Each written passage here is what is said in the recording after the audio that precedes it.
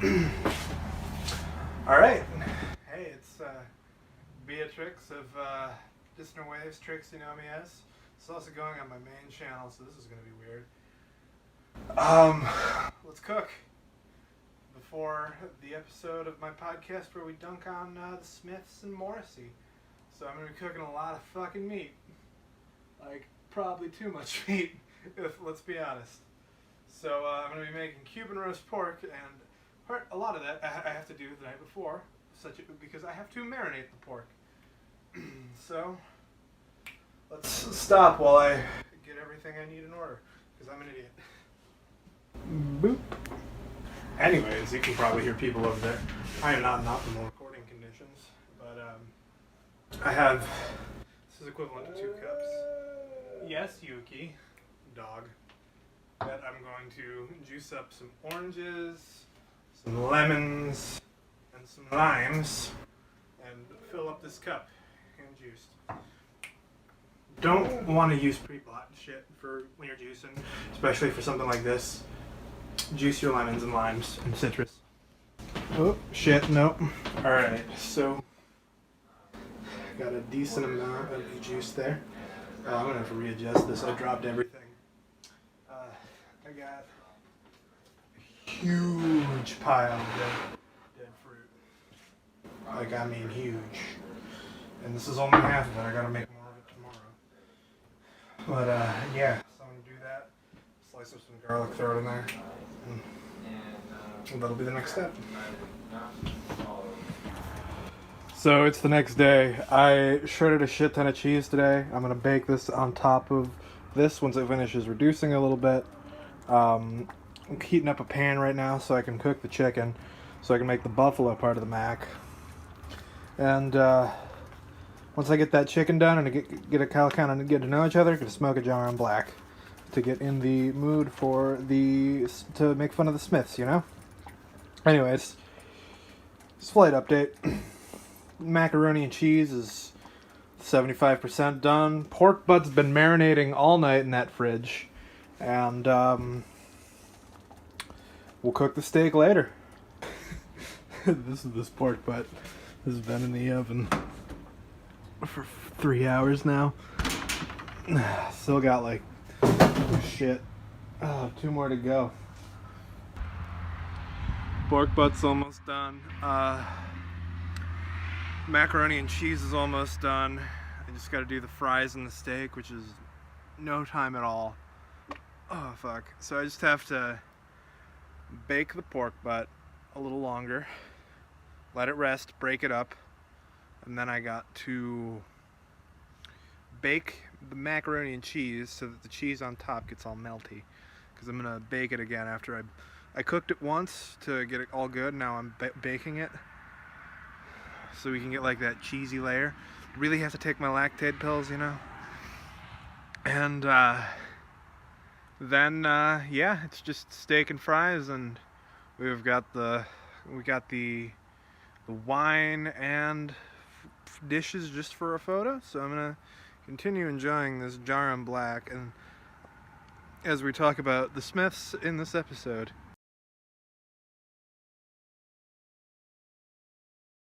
Hello, everybody, to a very special episode of Dissonant Waves, episode 91. What is the mission objective today, folks?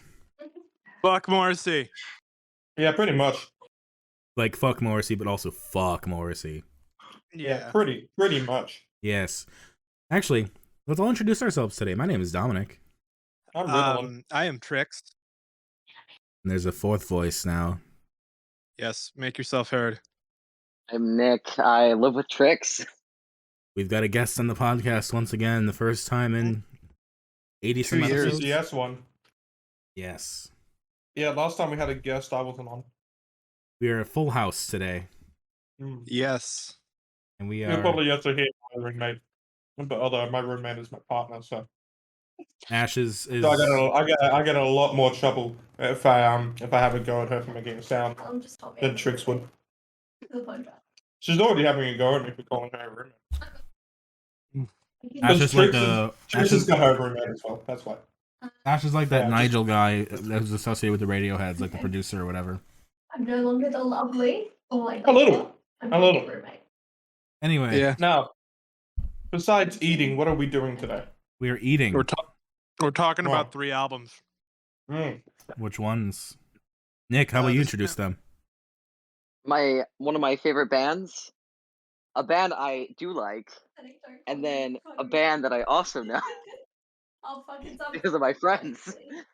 Okay, and in order, I'm gonna guess that's Nickelback's "All the Right Reasons" is your favorite. Yes. Okay, that's good so far. JPEGMafia is the one you like. No, That's the one you heard from your friends. that's one I heard from my friends. My coworkers love just blasting in the back of house. And then there's the Smiths, "Meat is Murder." Oh, JPEGMafia, the album is Veteran. But Smiths, Yes. "Meat is Murder." Why are See, we doing I this? had a better way. I just want to say I had a better way of introducing these albums.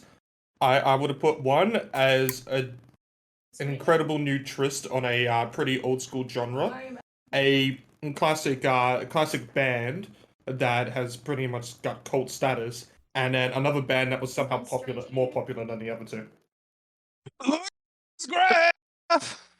Look at this photograph. Every time I do it makes me laugh. And I'm should we gonna go over upset what we're eating Nick. real quick? Yes, we should. I'll start because I'm just coughing on the rice right there. So I'm eating leftovers where I had meatballs and some vegetables with some oyster sauce and sesame oil kind of sauce mixed on it. Literally just grabbed it out of the fridge because I haven't had lunch yet and I'm hungry. So Domino. Oh yes. Hello, I'm chewing. I am having I don't know. this week's leftovers, including some pasta, some rice, and I think salmon or If I need chicken. to stupid now. And now today we've made some steak and potatoes. It's a real soupy steak. I Oh, really like shit. this. And I cooked for Nick and I. I made Cuban pulled pork with mojo sauce, buffalo macaroni and cheese, French fries, and Wagyu beefsteak. He's not on us. And I'll point out that the reason that we are eating as much meat as we are is because of Morrissey and his extreme views when it comes to eating meat. Yeah. And I want to point out at the start here that we do not disagree with veganism here. We do not have a go at people, nor do we think there's anything wrong with being vegan. Yes, correct. However, we do think there is something incredibly wrong with Morrissey. Yes, in fact, I have mad respect for vegans because they're reducing their carbon footprint in one of the hardest ways. Correct. And again, yeah, this is just because Morrissey is fun to make fun of because he's not the best absolutely. guy in the world, as they say. The darkest fairy in the forest of sorrow. He's on me. He's a little bit of a cunt. Yeah. But he can write some But good somehow- lyrics, you know? Yeah, Yeah. somehow good album. Should we get it out of the way first and talk about the Smiths? Why not? Why not? It's been bound to happen for a while. I did not expect to come into this album into this week becoming a Smiths fan. You just hadn't lived yet. It's 2011. Yeah. You're back in middle school or whatever. Smiths are playing on the radio, and there we are. You used to like Real Big Fish, but then you decided you loved the Smiths, and so you downloaded all of their greatest hits. It's gonna get to Chris. It's That's 500 just Days of Chasey Summer. Never watched that movie. And now I just angrily chain smoke clove cigarettes outside. Literally, 500 Days of Summer enough. was a long running meme among my some of my school friends because Gotcha. the meeting. Do you like the the big Smiths? Yes. Do you like the Smiths? Mm. Because we were in high school when that movie came out. Yeah. Oh, yeah. Did that by Yeah, your side I'm is the glad heavenly way that's to not- die. That was somehow not my school experience. Was people comparing about how much I loved the Smiths? Instead, we had the Tool fans. Those also Fucking Tool existed. fans. I was at the Spacey Jane concert the other fucking day as well, and I was with a couple people. One of them was a girl from high school that I didn't really know. But she didn't know Tool, and someone else who came on very short notice was a massive Tool fan. So I actually got to experience the Tool fan trying to talk to a girl about the whole history of Tool, and it is exactly how you think it would be. Oh yeah. It was great, loved it. Now, Nick, what is your Right, so it experience? was like 6 beers in. My experience with the Smiths Yes. is that So I had a roommate before this next roommate, and the roommate pulled a knife on me, and I replaced the roommate with a goth girl who Oh. very much enjoyed the Smiths. Yeah, that's every goth girl out there. Yeah.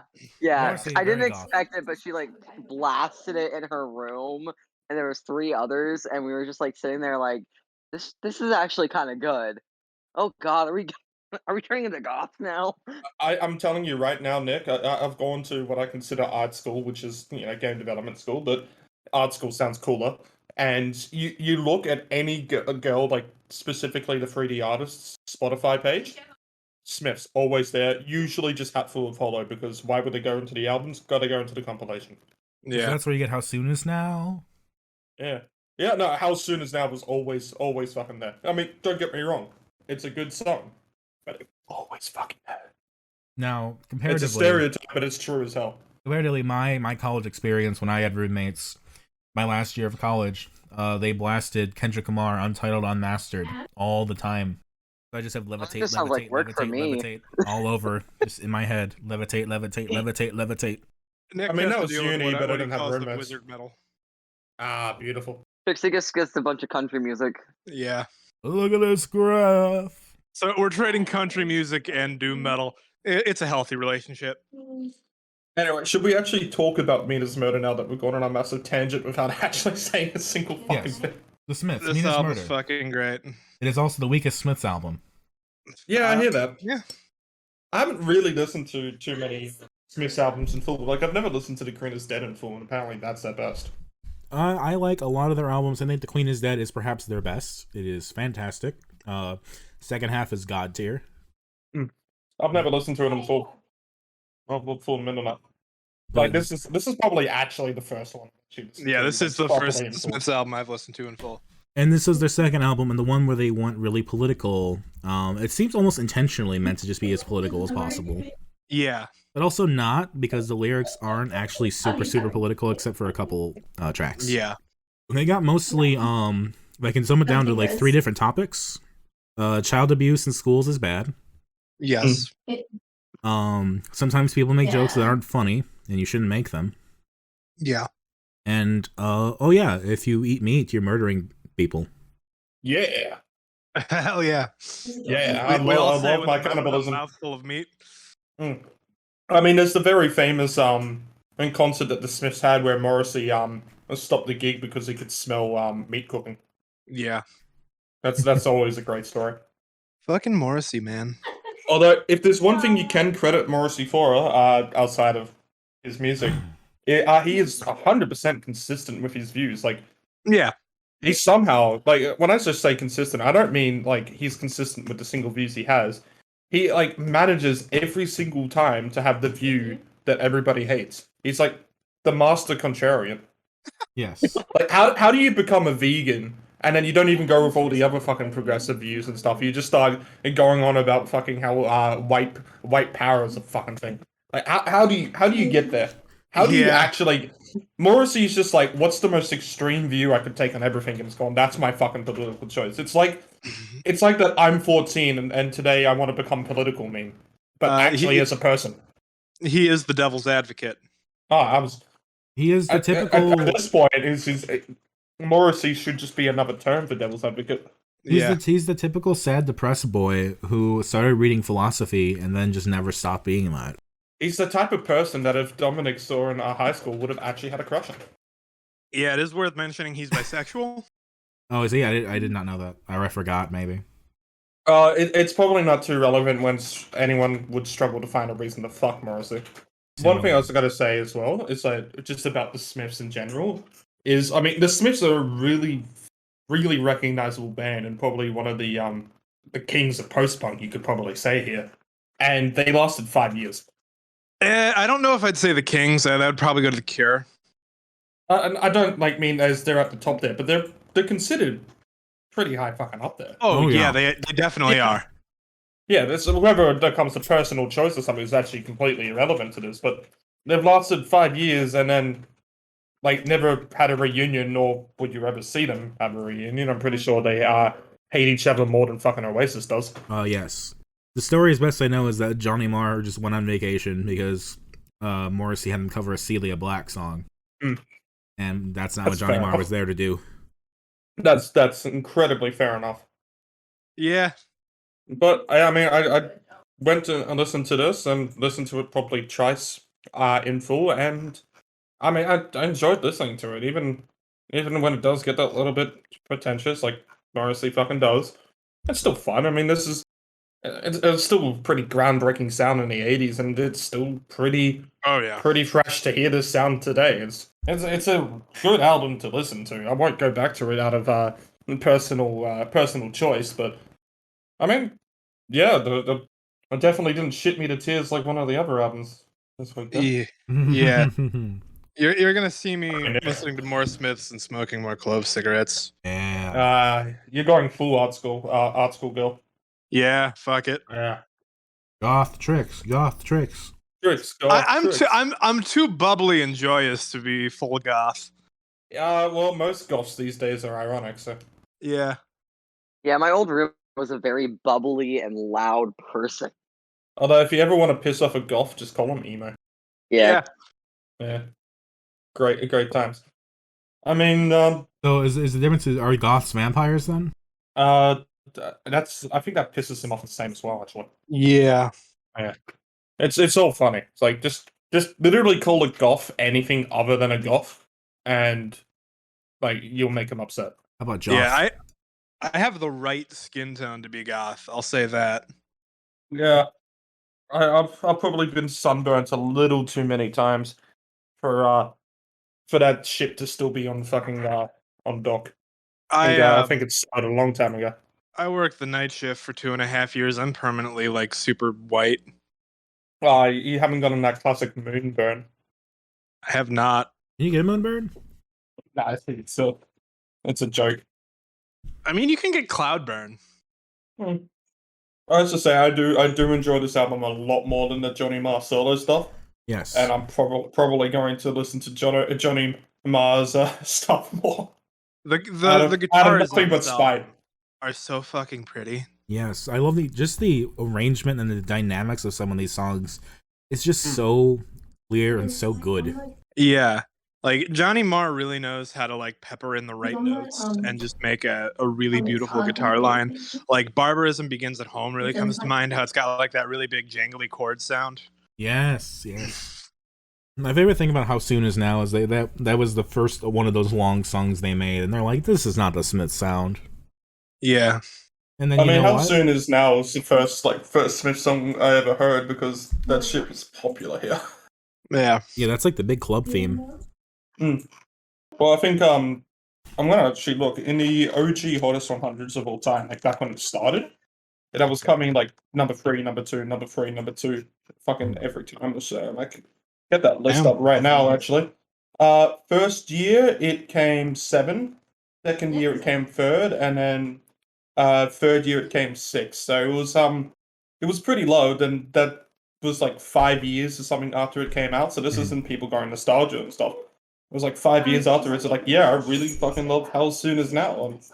I don't know exactly what the fucking charts were in here, so I'm actually just going to search up Wikipedia right now and take a look. I actually didn't peak too high here. It peaked 190 on our ARIA charts, but that's enough for the indie notes. Yeah, I love what I love about the like How Soon Is Now. I think other songs also echo it. It's just they do just a lot of cool stuff with like oscillating sounds and just like placing it in the mix in just different spots that actually evoke something from you. Yeah. Like they really create like full intense sounds, like avenues, pathways of sound, or whatever you want to call it, that make so many of the songs memorable or interesting or unique. Yeah. Like they also do, they do cool stuff here and there too. Just like, you just kind of got to hear it, like the fake out, fade out, and the joke isn't funny anymore. Yeah. Also, wanting to mention, Morrissey writing a song called "The Joke Isn't Funny Anymore" kind of is like the "I can't believe lovers are eating my face," says Treasure, "The lovers eat my face" party of the Smiths. Yeah. Yeah, do that one. Like, dude has. I totally get where you're coming from. But yes, tell me more about how awful an abusive school was in Rockabilly Beat there. Yeah. Yeah. I mean, look, I got nothing else to say about this album. So, I've already said my piece about Johnny Marr. Again, just gonna mention that Morrissey is the darkest elf in the forest of sadness, or whatever the fuck I said earlier. Or darkest fairy in the forest of sorrow. There we go. And he sounds melancholic at times, and it really just works for the piece. And I enjoyed this album. The song I want to talk about, though, actually, before we get off of this topic, Yeah. let's talk about the title track. yeah, Meat is Murder. Nick had something specific he wanted to say about this. I did. I was standing inside of my work listening to it, and I like paused for a moment and went, "This reminds me of something. This reminds me of nostalgia."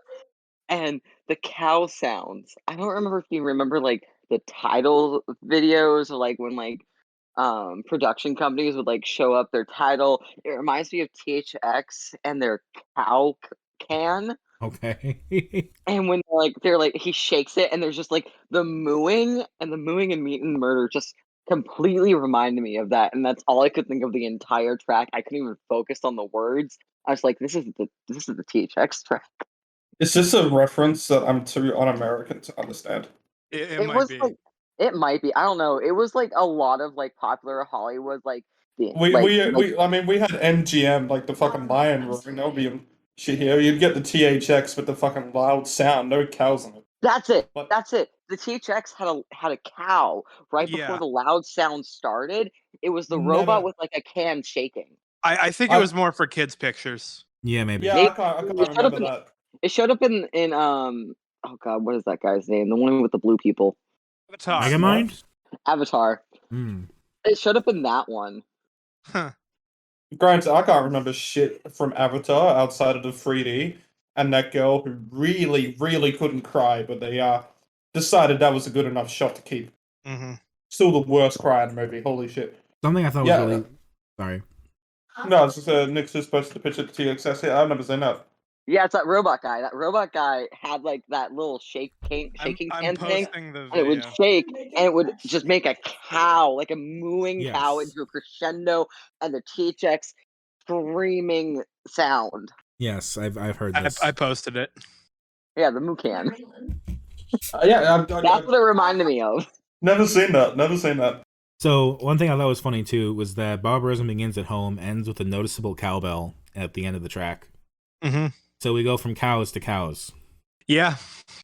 And Consistent theming. I also just think Meat is Murder is one of the most cringiest tracks a popular band like the Smiths have ever done. Like, yeah, I'll agree with that. Like, my problem with this album is that, you know, there aren't as many cool hit songs that I like as much as, like, Queen is Dead. But I just... You pair the best song on the Native album with this track that tries so hard to be sad and political and, like, you know, sad and depressing. And it's really hard to listen to sometimes because it's just, like, cows and saws and sheep bleating. Yeah. And it goes back to that thing we talked about with Crystal Castles and Alice Glass of why do bands insist on ending on a sad song? Really makes you think. Yeah. Like the tension of the piano notes is really cool. I do dig that. Indeed. But I just hate that song so much. Yeah. I think the peak of the album is that Barbarism Begins at Home. Yes. Crush this. I got nothing further to say. I said that a bit ago, but like that, I don't know. If we count how soon it's now as part of the album in here, then it's the peak. But if not, then yeah, probably Barbarism, whatever it was called. We can count both, really. I mean, if you're going off the US track listing, How Soon Is Now would have been number 6 on the track. Yeah. So that'd be like, I'm just initiating game. that'd be 1, 2, 3, 4, 5. That'd be after Joke Isn't Funny Anymore, which would be a nice place to put it, I think. But yeah. My favorites are How Soon Is Now and Barbarism Begins at Home. Least favorites, Meat is Murder. I'm gonna agree. Favorite Barbarism is Begins at Home, and I really don't have a least favorite. I just really enjoyed this album. Nick? My favorite is Nowhere Fast. It's so good. Ooh. I like the upbeat guitar at the beginning. Okay. That's fair. That's fair. fair. That's also the shortest song on the album. So. Yeah. That's probably why I like short songs, Oh, unfortunately. okay. Fair enough. Now, What are we moving on to? there's a natural point to move on to. I really I can't wait till Morrissey fucking dies. Yes, I cannot some fucking wait artists, until Morrissey. yeah, some artists, they also don't like Morrissey. JPEGMafia is one of them. Yes. He wrote a song called "I Can't Fucking Wait Until Morrissey Dies." Elton John surprisingly has beef with Morrissey. That just sounds great, actually. Yeah. That sounds like a good time. Yeah. Anyway, shall I introduce JPEG Mafia's Veteran? Yeah. Yeah, so this is an album I discovered back in 2018 after Fantano did a review of it. I was like, okay, I'll give it a listen, and I actually listened to 1539 Album Calvert quite a lot of that year. I put it as number 100 was my songs of the year. Nowadays, I'd probably put it much higher, because the more I listen to this album, the more I realize this is, whilst it's not like one of my favorite albums, nor do I consider it like a 10 or even a really strong 9, I think this is probably one of the most creative hip hop records of the past 10 years, to be honest. Yes. Like, All right. I wouldn't put it as high as like Death Grips The Money Store, and I know JPEG even hates being compared to Death Grips, but I'm just going with experimental hip hop here. They do sound different, and some of the sample work on this record is just insane with how he's turned it into Yes. some real kind of catchy instrumentals, and it kind of captures this whole, like, it really captures internet nostalgia in a really great way as well.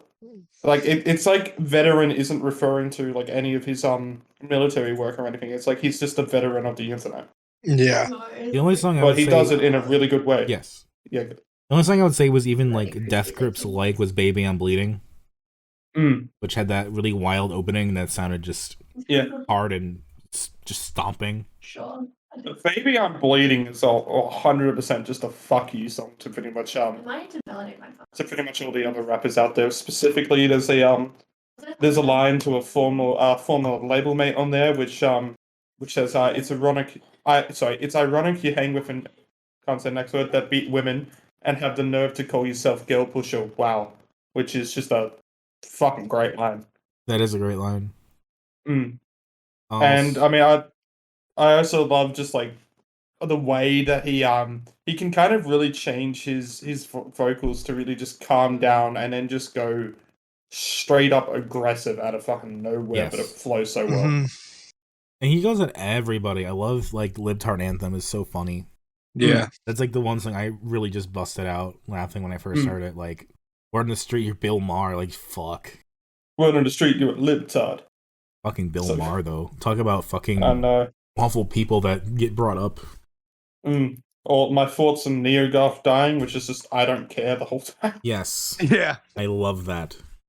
I don't care. Like, like, it's weird just how well this flows into fucking everything, and then, like, it has all these moments of just pure humor in it. Yes. But it also, like, when he needs to speak up about something, he just does it straight up. When he doesn't need to be humorous, he ain't fucking being humorous, but when he can be, it's actually fucking funny. Yeah. And like I said, the production on this is insane. I honestly think this is still my favorite JPEG release in full. Like, I liked LP, I liked the EPs, and I liked All My Heroes Are Cornballs, but the only one that I really go back to listen to in full is Veteran, and it's just all the moments combined on here, which is why for that. Like, there's all these other references, like, there's a couple of references to Macaulay Culkin that he does in here, specifically the song Macaulay Culkin. Yeah. But, like, that's also in other songs as well. The bleaked out word in I Cannot Fucking Wait Until Morrissey Dies, by the way, is 4chan. Excellent. Yes. Yeah, so it's 4chan on my dick because I'm edgy. Is the line, and there's a great interview that he's done with Fantano, and he was asked who does he hate more, the alt-right or people that keep comparing him to Death Grips, and he has this whole fucking rant about people who keep comparing him to Death Grips, and just says, I'm not fucking scared of the alt-right, they're just a bunch of pussies. Oh yeah. That's the greatest interview. Yeah. I think his ability to turn anything into a beat is amazing. Like, I am just gonna say track 2. Yeah, real. Yeah. That Real Eggman Nager. yes. Mm-hmm. That turning that just someone screaming into a beat is fantastic. And he screams on top of it as well. The blah, blah, blah, over this guy going, It's so weird, but holy It goes fucking fuck. hard. I know. Yeah. Like anything is a beat. Like this is I love albums where anything could be coming. Any instrument, any vocal thing. This is just achieves that in like a really great way. So speaking about that, the Whole Foods and going into like I don't know how to say the Culkin one. Yeah. Those two use like the sound of a shopping cart squeaking as the beat, and so like great. the whole time I was listening to that, I was like, at first like, oh, that's a shopping cart, and then I was like, continuing like my work there, like that sounds like a playground. At some point, I was like, this is like it's just like a perfect beat, but it's like skips just enough that you're like sitting there and you're like, is that actually coming from the song, or do I have to pause and listen to it happening in real life? Yeah. Also, lots of references to video games and media, of course. Rainbow Six, which has one of the few features on this record. There's a couple features, not many. Who's on it? I didn't notice. Young Midpack. Okay, cool. So much shit. Liptide Anthem also has Freaky on it, and DD Form 214 has Bobby Rush. Those are the ones that are credited. And Rainbow Six, or Morrissey, I remember. The other two I did not. Also, the fucking beat of "I Cannot Fucking Wait Until Morrissey Dies." Did anyone catch what it is? No. I don't actually know specifically what it is. It's the Zelda theme, the fairies theme. Oh shit! Yeah. I've never played enough Zelda to tell you that.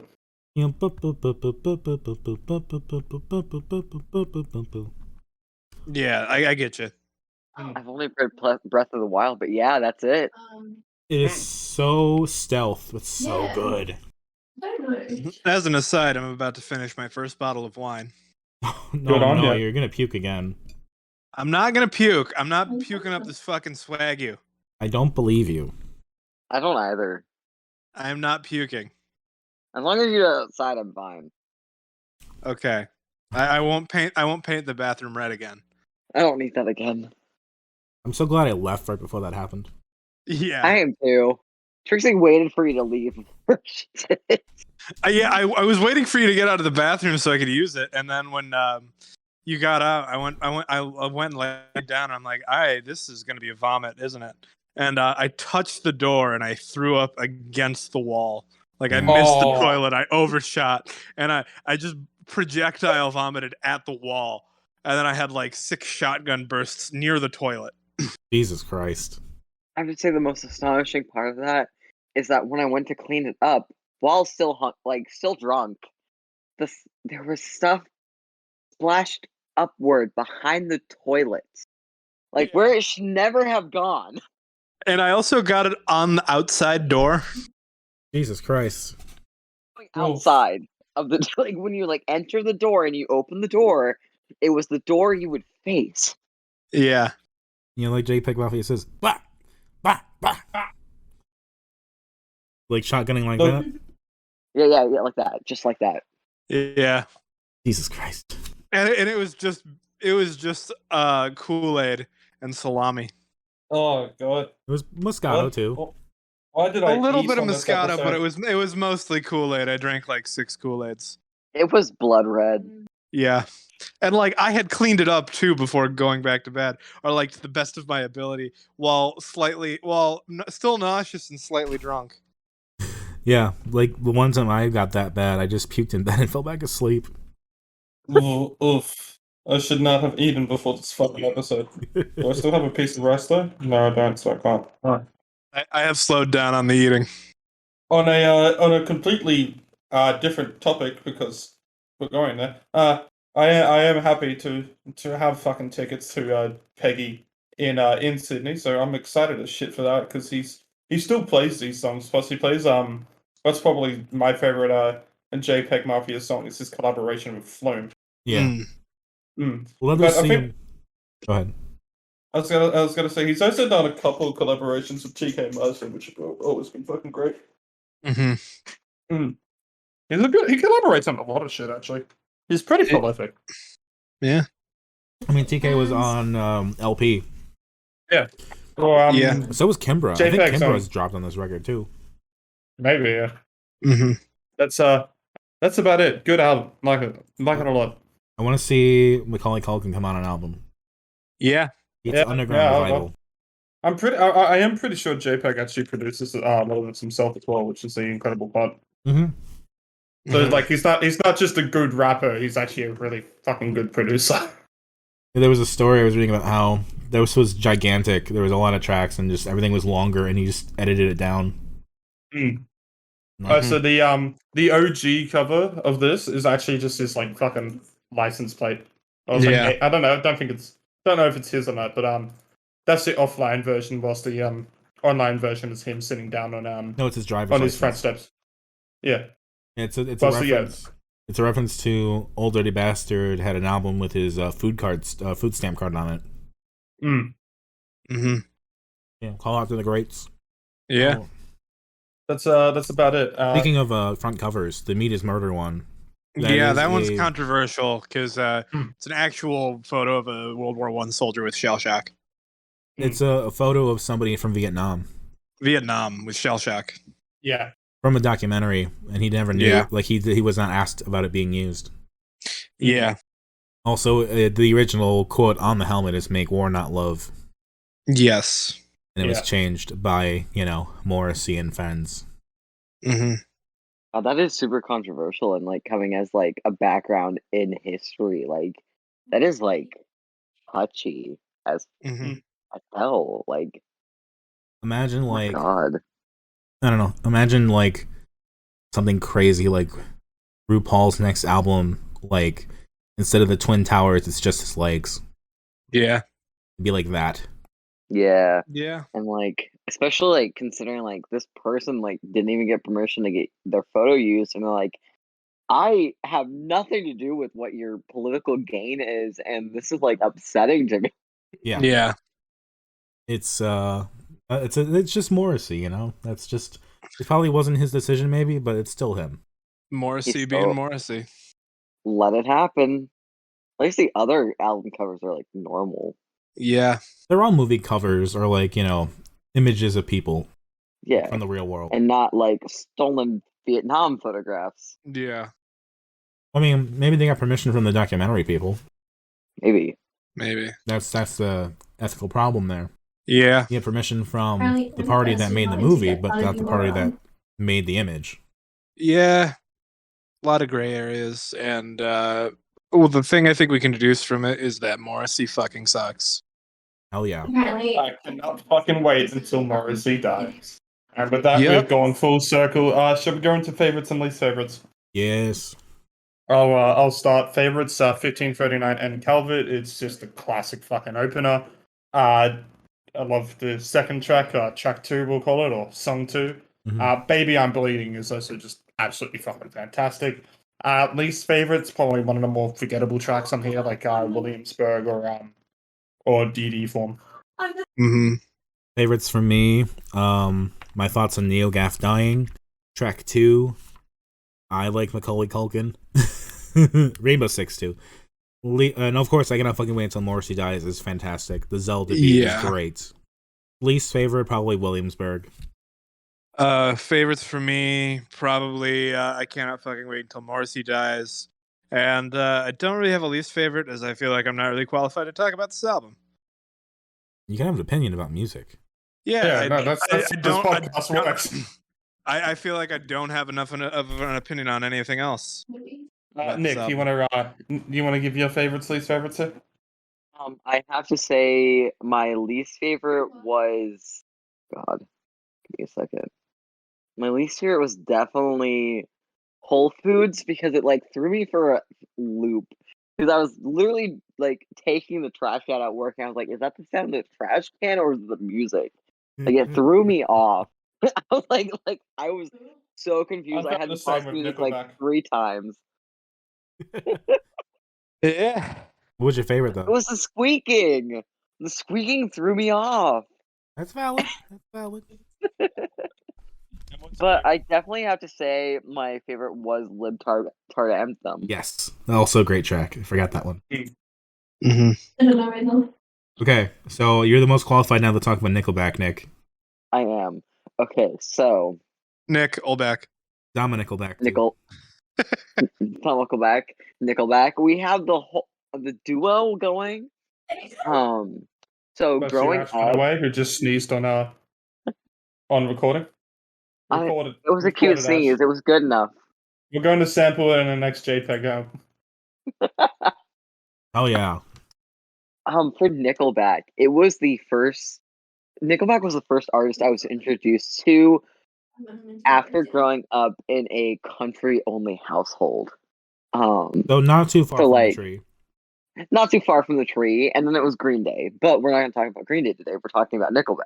Yes. I just want to say that being in a only country household kind of sounds like child abuse. Yeah, Country music's good. I grew up on keep like thinking old that. country, like Hank Williams and Reba, like the good ones, like the ones Yeah. who will key your ex's car for cheating on you. I know my cousin. Just imagine. I just want to quickly say here, Dominic, like, Yeah. we've covered so much fucking Shaky Graves that when we finally stopped, I was like, oh, cool, I'm not going to have to hear another Shaky Graves. Then I finished fucking Tiny Tina's, and what fucking song starts playing? Roll the Bones, man. Fucking hell. Great song. Fantastic. It is. I'm Great surprised song. I'm surprised. I mean, they are in Texas, Gearbox, so Yeah. they do know about Shaky Graves there, I'm sure. Well, apparently, they put it fucking on. And I mean, roll the bones means roll the dice. So D&D. it works for a D&D game. Great bone dice, by the way. They make some like actual out of human bones. Hell Beautiful. But I do have to say on the All the Right Reasons album, Rockstar will always remain my favorite because we blasted it at every single school dance we had No. where I grew up. Oh no. It's the worst Sorry. one, but it is my favorite one. It's better than Photograph. You have to admit that. Yeah. Photograph is fun for the meme. Yeah. Especially the Vine. Look at this graph. Look at this Photograph somehow isn't the worst song on here because fucking Next Contestant. Holy fuck. Yeah. I kind of like that song for the energy of it. It's so shit. Hey man, get your hand off my girlfriend or I'll fucking bash you. Oh yeah, that's a real great fucking song there. It's a stupid subject, but he at least threw some energy into it. And, maybe he should have taken all the energy out of it and not fucking written the song. Although he probably hasn't written it, it's probably all done in a fucking focus group. I mean, if we're gonna talk about Nickelback, I feel like we have to admit that they did some good for the world because they gave bros bro music, and I feel like if bros didn't have bro music, we'd have another Crusade by now. That's they just keep that's some appropriating black alternate music. history. They just keep appropriating black music and just idolize JPEGMafia more. Yeah. Yeah. I just want to say though, like I can understand liking a rock star, and I can understand liking some of the instrumentation. And despite all the hate that I'm going to give this Nickelback album, there are some moments on here where it's like, okay, well, at least for what it's trying to do. But Rockstar is such a big old fucking ironic shit. There is It's like one that. song I want to mention. Sorry to interrupt your Rockstar. Yeah, no. I'd kind of like to talk about how fucking good Side of a Bullet is. One of the least popular songs on the album, according to Spotify. It's the best one off the album because it doesn't have Chad Kroeger soloing in it. It's got a solo from Dimebag Darrell, Beyond the Grave. Yes, because it's all about his murder. And it's about his murder in the worst possible way. Like, the lyrics are so empty and generic. Yeah. But I will say that riff kicks ass. Yes, the riff it does. Kicks ass. I want to agree. That's actually the biggest flaw I have with this album. I'm not going to talk too much about the instrumentation so much in here because it's just there sometimes. It's kind of like, yeah, I'll follow on. Yeah, you had the Dimebag Darrell solo. Obviously, that's probably the most interesting instrumentation on here. Yeah. But the lyrics are so like it's your favorite phrase, Dominic. It shits me to tears, man. It really fucking does. Someone Yeah. wrote it in a focus group. It had to have been like, hey, what's popular? Rockstar bothers me because it's just so much of the whole like, oh look, this is rockstars, they're partying and that, but look at me, I'm real, so I'm being fucking straight edge here. Yeah, this is Been how everyone there, should be, done and I that. want to be popular when they've already had their fucking hit with How You Remind Me to like 4 years before that, and then 2003's album was also kind of popular as well. Like you're saying, it's like, oh, I want to be a popular rock star. It's kind of like you fucking are already. So there's the irony. And then, I mean, Chad Kroeger, 100% behind the scenes is fucking at least getting drunk. Regardless, he might not be doing cocaine, he might not be doing heroin, but there ain't no way he's been singing these songs sober. And it's just so like Photograph is really shit. It's good for the meme, yes, but it's just like the whole yeah, let's go back and talk about high school and like, oh, I should have kissed this girl and shit, and oh, Straight look, people time love flies. high school. Yeah, it's like, but the thing I had to say about that though is that's like one of the few songs that actually feels like it's about something that actually means something to any of them. Straight people love reminiscing about high school. It's painfully generic in its lyricism still. oh yeah, But like it is referencing real things that happened to a degree. Mm-hmm. I will agree with that. But there's lines on here which just bother me the fuck out. Which is like, hey, maybe you could have like expanded on some of this shit, and it could have been a lot fucking better. Like it feels like it tried to be the Offspring's The Kids Aren't Alright at times, but had none of the actual like lyricism that the Offspring could fucking do at their peak. Like there was a line in here where I was just like, that's a real fucking like rip off of it, and that was I'm just getting it now. Kim's the first girl I kissed. I was so nervous that I nearly missed. She's had a couple of kids since then. I haven't seen her since God knows when. And granted, yes, you're right. That actually is talking about something, but then that's all that is about it. There's not real much like, what the fuck's happening here? And then there's other lines where it talks about having a fucking criminal record. It's like, you could probably expand on that a little bit. That might actually be interesting. But it immediately they go, I should go back and graduate school. Which is kind of like, okay, you just mentioned you had a fucking criminal record. That would have been cool. And that's like you get a song like Animals, where it's just like, okay, baby, I'm sneaking you out the house. We're gonna go have sex in my car. Oh wait, it's your dad. But despite all this, if the lyrics to Photograph were on the instrumentation to Far Away, and those songs merged like that, I would actually come out potentially still liking the song. Because it would actually, be about something, and be at least trying to be interesting, and the instrumentation would follow better on there. But then Far Away, lyrics are even more fucking generic. Instantly, when they do the slower song, it tries to work on it. And I'm now going to do the only one praise of this album, and the opener comes in, and I'm going, okay, well, maybe they will try something with this. Like, Nickelback's alt metal. That's what they fucking were. They're with the Incubus and all the other country metal fucking acts. Yeah. Except the difference is that fucking Incubus actually has some tracks that I go back to and go, okay, that's fucking cool. But the other issue is that we had a random moment in time where the slower paced songs or acoustic or more slower ones from these alt metal or something acts were the ones that all needed to be popular. Like Incubus's Drive is the popular one there. So we had to have the Photographs, we had to have the fucking Faraways on here. And they don't fit on the album. They do not. I do think they have a certain sense of dynamic to it, because it is easier to remember Follow You Home and Fight for All the Wrong Reasons because Photograph is after it. Because if Animals just came after it, there would be all higher energy songs back to back to back. Yeah. I'm not talking about this in a commercial way, though. Like, an actual putting out this album for a commercial release to get the popular sales and stuff, they've done a great job of that. That's not what I'm critiquing. I'm critiquing it as an actual fucking album that I've had to listen to from start to finish. And hell, if we had Far Away and if we had that merger that I was talking about, and that was the closer to the album, I would have thought that would have been a really fucking good closer for what is this genre. Like, I'm never going to get into this. I'm admitting that I don't really like this genre, and maybe it's not fair for me to constantly keep critiquing something that I know I'm going to hate at the start, but that's kind of where I shine, so I kind of got to keep doing it. It's also kind And of the theme of the apologize- episode. I apologize that I probably bullied Nick here with their favorite album, and now they've gone completely silent. Nick, Nick. say something. Honestly, I just love you guys debating it because it's really it's really funny. Why have you done this to us?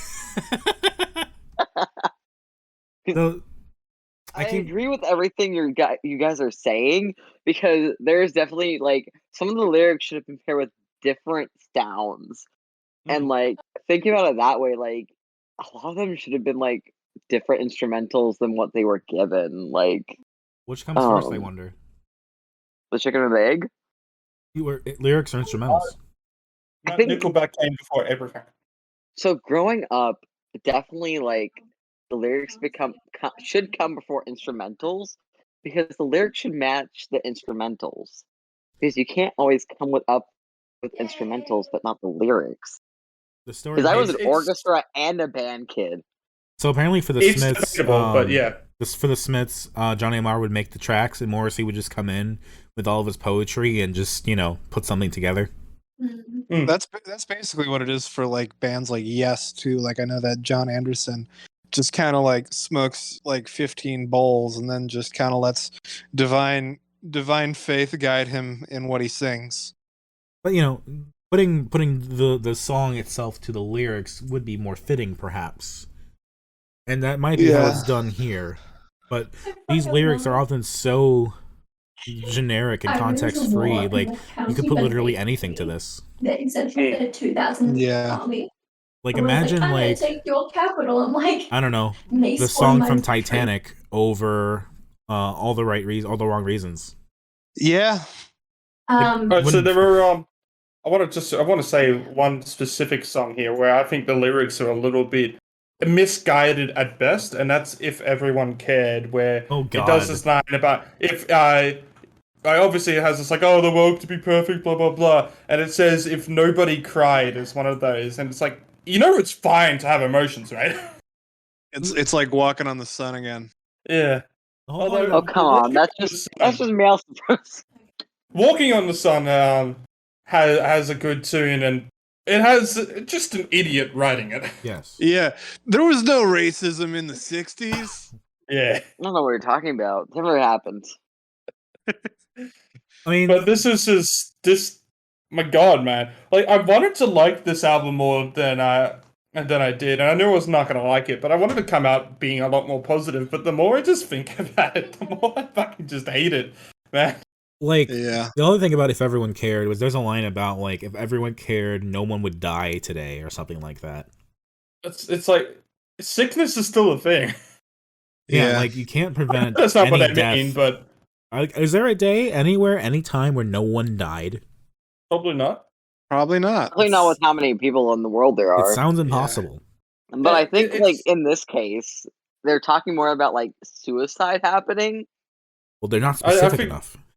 Yeah, which is very like, big. But I think they were either talking about war or yeah, as you mentioned it, but like they're not being. It's so generic that you can just kind of go like, do they just mean fucking general? And like there are popular songs out there which, especially around the early noughties and stuff, which took very serious topics and actually like dealt with them well. Like no one talks about the fucking red jumpsuit apparatus, and for good fucking reason, but.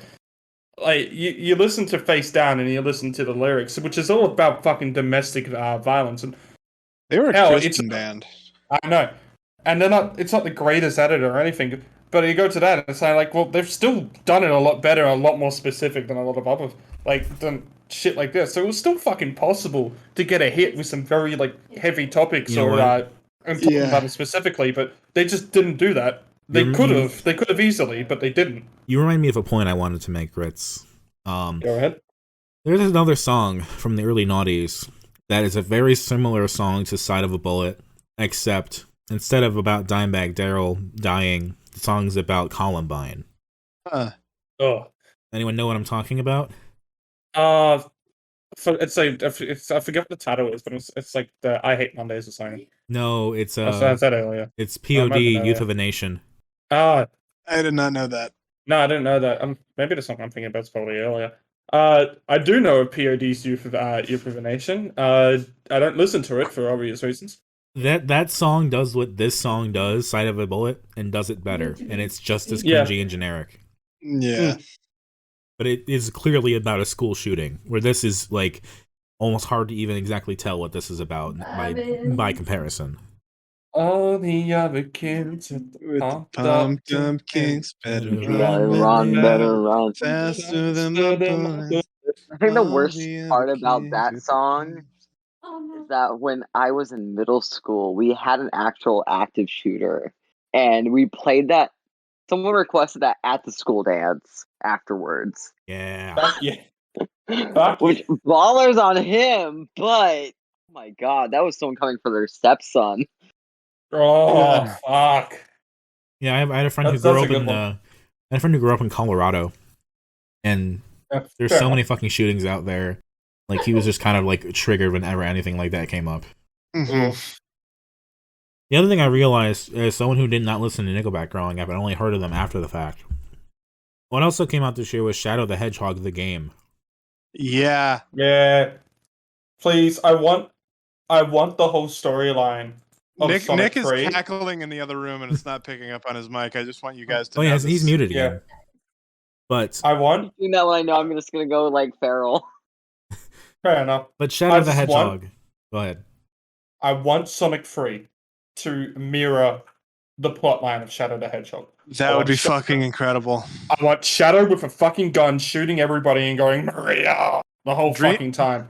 Dream casting for Shadow the Hedgehog. Go. That's a good one actually. Who's someone who's got a deep enough voice and is really No. Jared Leto. No. Hayden Christensen. That's better. Oh, That's yeah, the actual that good is one. bad. That's the good one. That's the good Yeah. one. That is the best I was choice. going for the worst choice. But also the worst choice. It'd be just his Anakin all over again. God. Yeah, yes. Maria. You know there'd have to be a joke about Shadow the Hedgehog having the high ground. I hope so. If there's no Hayden Christensen as Shadow the Hedgehog, I'm going to be upset. But my point about It's Shadow the over, Hedgehog. Sonic! I have the high ground! Damn, You're not the here. fake hedgehog. I'm fake. Or Chaos Faker. control. You're the fake hedgehog around Where's here. that damn fourth Chaos Emerald? You're comparing yourself to me? Ha! You're not even good. I'll make you eat those words. Now we're just quoting Shadow the Hedgehog at each other. Also Sonic Adventure 2. But my point about Shadow the Hedgehog is that soundtrack is very inspired by the Nickelback sound. And hell yeah. as a 10-year-old, I was very confused by it. And I finally am like learning, like this came out like around the same time, so this is not the direct inspiration, but it's this sound. This is why that game sounds and is that way. I am certain. Shadow the Hedgehog soundtrack better. Oh yeah, it is. Every day. What? You just cut out completely then, Nick. Oh, you muted yourself again. Every day, the Shadow of the Hedgehog soundtrack is better. Yeah. Even the movie. I want it. I want that to be Sonic 3. Maybe even get Amy in there just to harass Sonic the whole time. Jesus. Maybe we can finally get the MA sex scene we're all looking for. Lena Dunham as Amy? Finally. Oh yeah. 100%, yeah. Oh yeah. The only way you could piss off the internet more is casting Amy Schumer. Actually though, think about it. Yeah. If you wanted to be annoying. Yeah. I mean, Tyler Perry was always good in Gone Girl, so sometimes you can get an annoying actor or actress to do a good role. Tyler Perry would be like, Tyler Perry's gonna be Shadow. You just know it. He'd be like Vector or SBO or something. My dream casting for Vector is Jack Black. Fair. I feel like Jack Black would play Big the Cat instead. Yes. I feel like I can see Jack Black really dumbing it up for Big the Cat. Yeah. Or just do it like Tails and just get John St. John to come back. Yeah. Your dream casting for anything is either Jack Black or Danny DeVito. You're Yeah, not okay. wrong. No. Danny DeVito was Shadow the Hedgehog. The theory is that Jim Carrey's retired from acting. Yeah. So you know who can take Dr. Eggman up in the third movie? Oh yeah, 100%. Danny No. DeVito. Danny Yes. DeVito plays Honestly- all the characters in Sonic. He has the shape. Honestly, Danny DeVito as Eggman would fuck pretty hard. Yeah, no, I'd watch that. Or would he play In- Gerald Robotnik in the flashbacks in the Shadow the Hedgehog movie? Ivor, what is it? Ivo Kintobor. Yeah. Oh, The- they recreate the monologue The from Sonic Bible. If they recreate Oh, the monologue from Sonic Adventure 2 with Danny DeVito, I would love that so much. I think I would play that every day at work. It's the scene where Gerald Robotnik is just on the firing line giving his final words, and it's just this legitimately said- madman raving Yeah. about like killing everybody. It'd be so This fantastic. is there's this great video. It's of like these group of people, and they're making up the dialogue for Sonic Adventure 2 as they go along, and they're like watching all the cutscenes and shit. And someone's like doing it as a joke that the island's gonna blow up, and they didn't actually know that the island does blow up. Snapcube. Yeah, I think that's the one. Yeah. The Snapcube redub of Sonic Adventure is fucking phenomenal. I think of the Eggman shouting, "Who posted my nudes on Twitter.com?" constantly. Sorry, I am feeling the wine. That's the other one with like the AI script or something like that. It's like how is a doctor who specializes in the deaf so afraid to die? That's a fucking oh shit, I love it. Anyway, I'm sick of Nickelback, so this is now a Sonic Adventure podcast. If you don't like it, The funny part is, I looked it up, and indeed, Nickelback is really named for what you think it is. a Getting Nickelback. Yay, getting a Nickelback? Nickelback. At Starbucks. Not Wow. my work. Oh my fucking god. Make that joke when I give someone a Nickelback. Look at this Oh. Nickelback. What I is really- the cheapest I really wouldn't- concert in the world? What? 50 Oh, Cent that's- featuring Nickelback. Oh my god. I've gone to enough free concerts. It'd be about so- 45, Trix. Yeah. It would be about 45.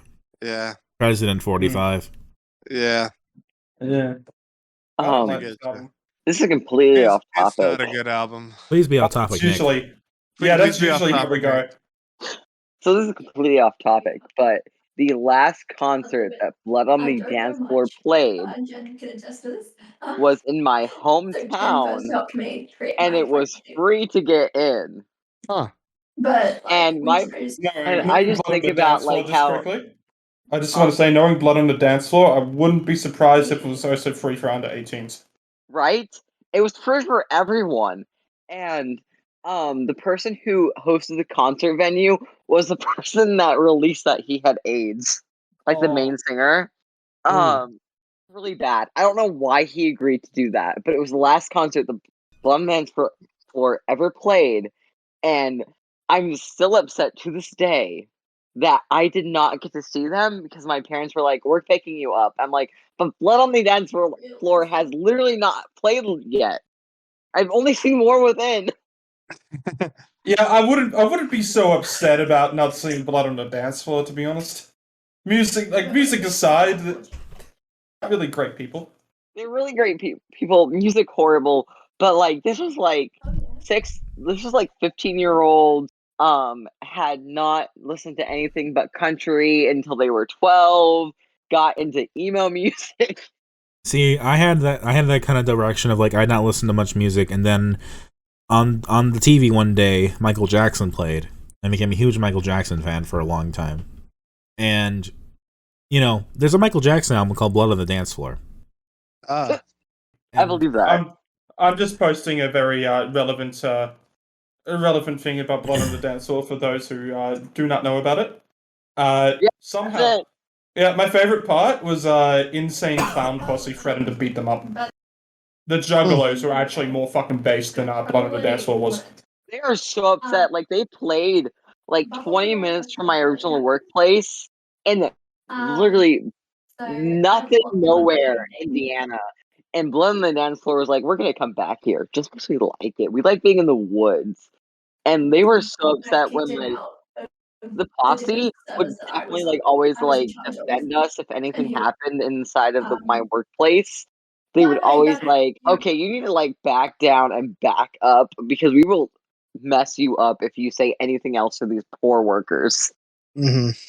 Jesus. They were they are the kindest people I've ever met. Their entire posse. It's hilarious. Damn. Yeah, ICP secretly has interesting stuff going on. I don't know. Okay. We were both. Well, they're if you ever actually look at some of the members talk, they do a good Amoeba record shop, and they're just a bunch of people who just like hip hop. The Juggalos, the actual fans, they're fucking weird. But the actual ICP is just a bunch of people who just like hip hop music aside on that. Doesn't one of the members of ICP have a persona? No, his daughter does. Yeah, that's right. Okay. He's just very supportive of his daughter. And I think he has a mask that has his face paint on it. Perhaps, to be supportive, whatever. Yeah. As long as the Fago prices don't go up again, I'm fine with them coming back. Hey, Fago, it's dollar store soda for a reason. The Dollar General Fago went up by $3. Oh, Jesus. Not $1 anymore. Horrible. I was into the root beer at the time. I was a huge Homestuck fan. This was horrible. This was horrible for me. Homestuck too? Oh, we're covering all the bases on this podcast. All the bases on this podcast. I'm here to wreck your shit. Nick is cringe and Nick is proud of it. How about that Tumblr? Oh, we're not going to talk about that because I had a whole voice actor Tumblr. You had a what Tumblr? Voice actor. You were a fan of a voice actor? Yeah, I did my own voice acting on Tumblr. Oh, Damn. shoot. Okay. You're popular. You're famous. I'm famous. Not really. I have 50 followers. In Wisconsin, I was nice, to be honest. There's only 100 people in Wisconsin, right? Yeah. You and Sung Won, who did the Evanescence Goofy thing. I can't believe you knew about that. I can't believe you knew I did that. You didn't have. I mean, Dominic researches his guests. You're right. Shit. I was just bringing up Tumblr as a joke. I did not realize it would actually go anywhere. Yeah. Trixie was Reddit. I was Tumblr. I was Tumblr as well.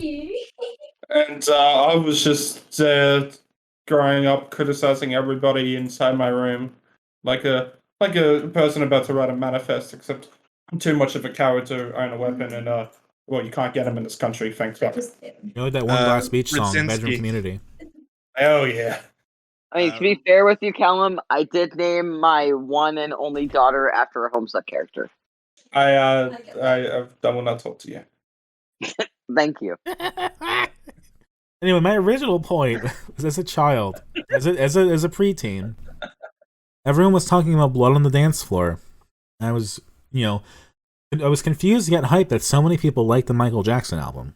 Oh, I want to point out about Blood on the Dance Floor's status in Australia because it's really fucking funny.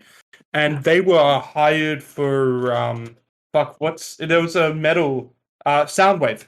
It was a metal festival that happened in Australia, potentially but usually in Sydney and sometimes Melbourne or Brisbane and stuff. And it's usually metal, punk, all the edgy stuff. And they got booked as a pretty high act, not the headliners, but it's still a pretty high act in Australia. And they were like, "Hey, we're going to do a side show as well, so people who don't want to buy for the festival and stuff can buy tickets to our show." There's a lot of bands that do it. That's how I'm seeing JPEG. He's doing a side show for Splendor, and Blood on the Dance Floor sold 6 tickets. Oh. In total to their side shows, so they cancelled. But when Soundwaves saw how little people had bought their sideshow tickets, they cancelled them off the festival as well. Mm. And that's Blood on the Dance Floor in Australia. Good fucking riddance. Beautiful. Yeah. That's all. That's literally it about them. This country shunned them out, and I've never been more proud of us. Hell yeah. We've stopped talking about Nickelback. Do we want to go on our favorites and least favorites? Oh, the floor is open. I guess I'll lead. Favorite, if you can even call it that, Side of a Bullet, and I just hate everything else. I'm going to agree with the favorite. Least favorite, I don't know which one shits me to tears more. Is it Photograph?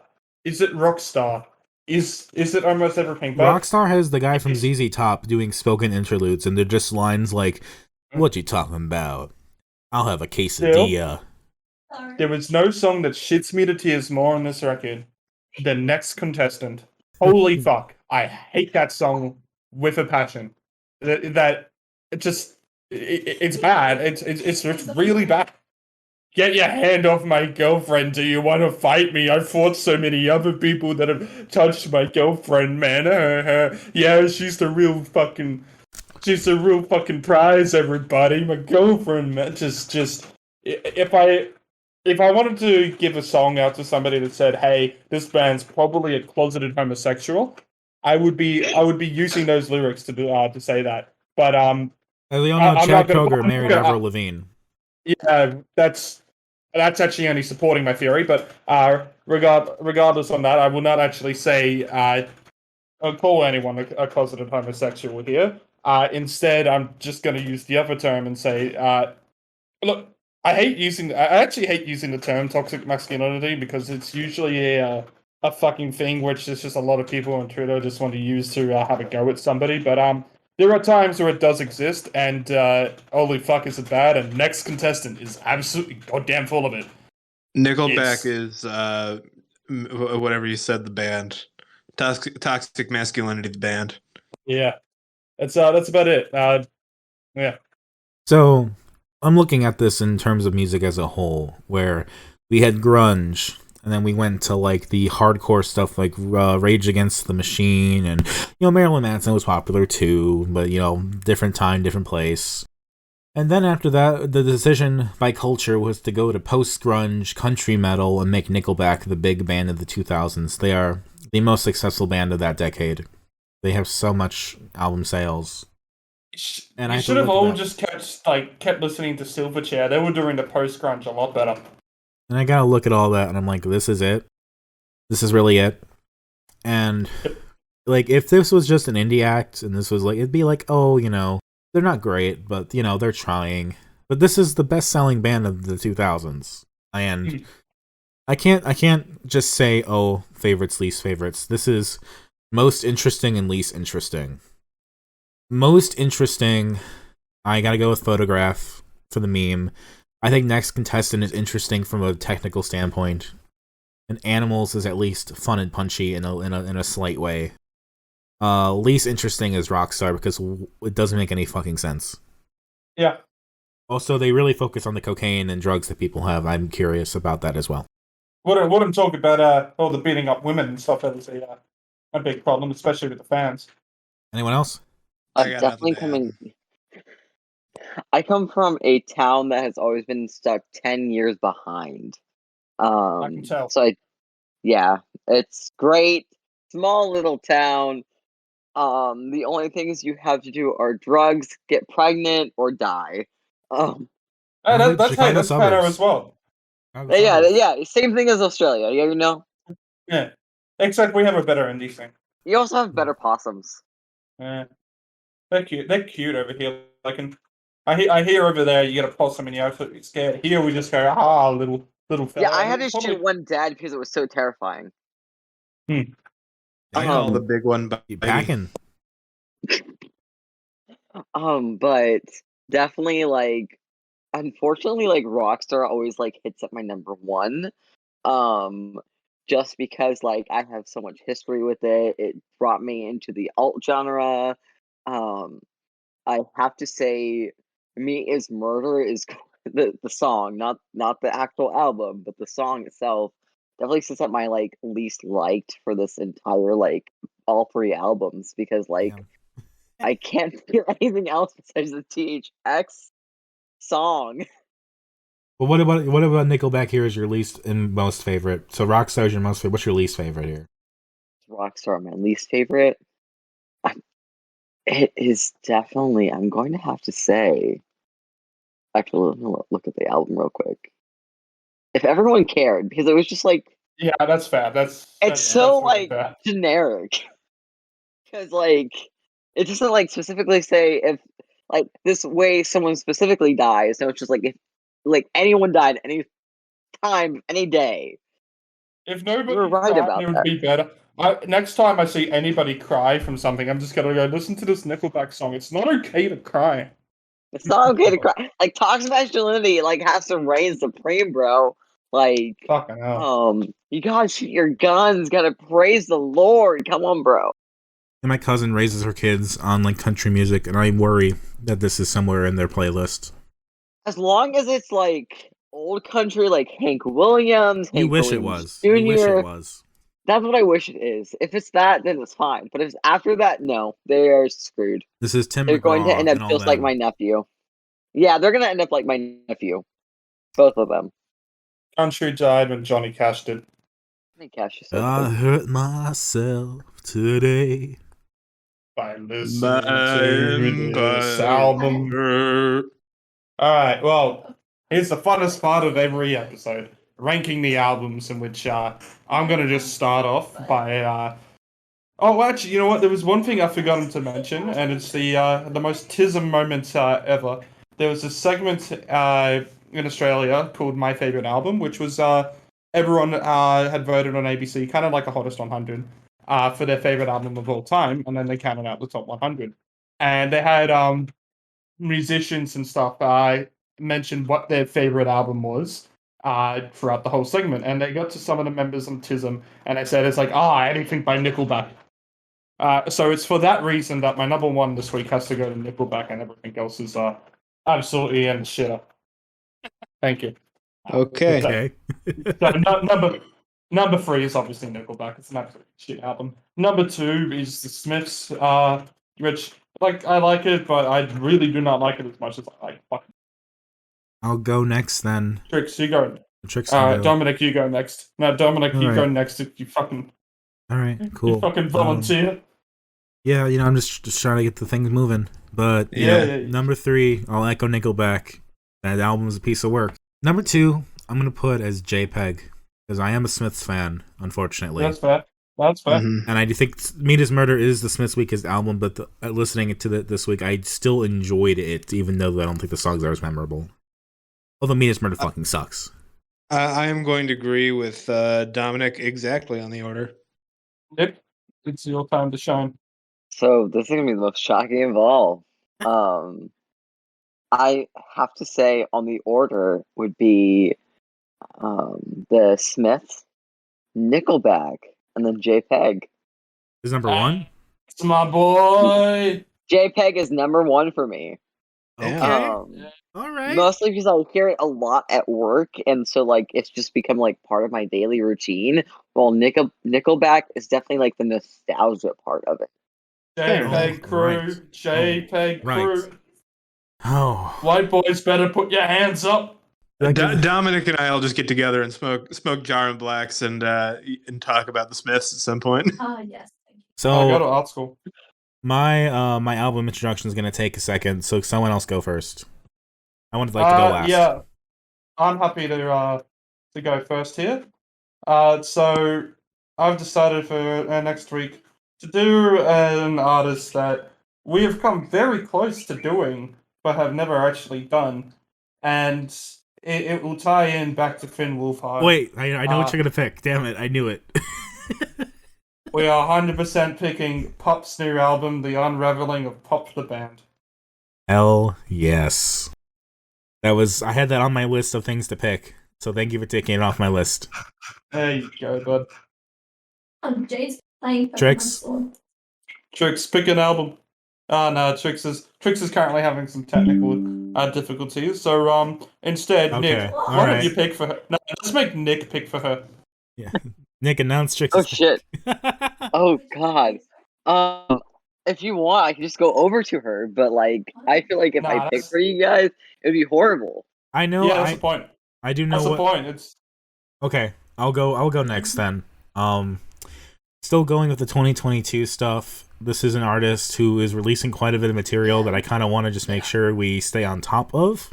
Therefore, I'm deciding we're going to do Ritalin for Kids' new album, Desk Slam and Fun, with the Miss Orsa and Noreen EPs. Oh, fuck yeah. I knew one day you were going to pick it.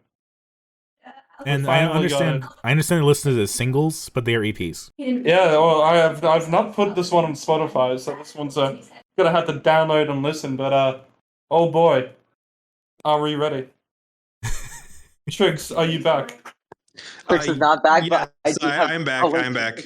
I'm going to be doing an album and an EP. I'm going to be doing Fourth Wanderer's self-titled album from 2018 and their EP Slop. Hey, I found both of these for like $1. Slop? Yes, Slop. So, to catch up on all that, so we are doing Pups, the unraveling of Pup the band. We are doing Fourth Wanderers, both the self-titled and Sloth. And then for some reason, for some godly reason, we're doing my shit. We're doing Death Slamming Fun and the 2 singles/EPs that I've put out with it. Miss Orsa and Noreen. Yeah. Hell yeah. You're just making me listen to my own shit. Yeah. I'm excited. Please don't. Until then, I've been. You can catch my website, Ritalin for Kids, at github.io. I also have a YouTube channel, that'll be linked in the description below. I also have a Bandcamp where you can download Death Slamming and the EPs. Plus the actual one thing that Dominic didn't add on to the B-side/demos or outtakes compilation, Slam Desk. I saw that. I considered it, but I thought that might be too much. Yeah. You completely died, Ritz. So yeah, that's me. I died. Okay. You can catch me online on Twitter at DACICHOCKI. Then until doing those CDs before in the past, my writing's coming out soon. New stuff.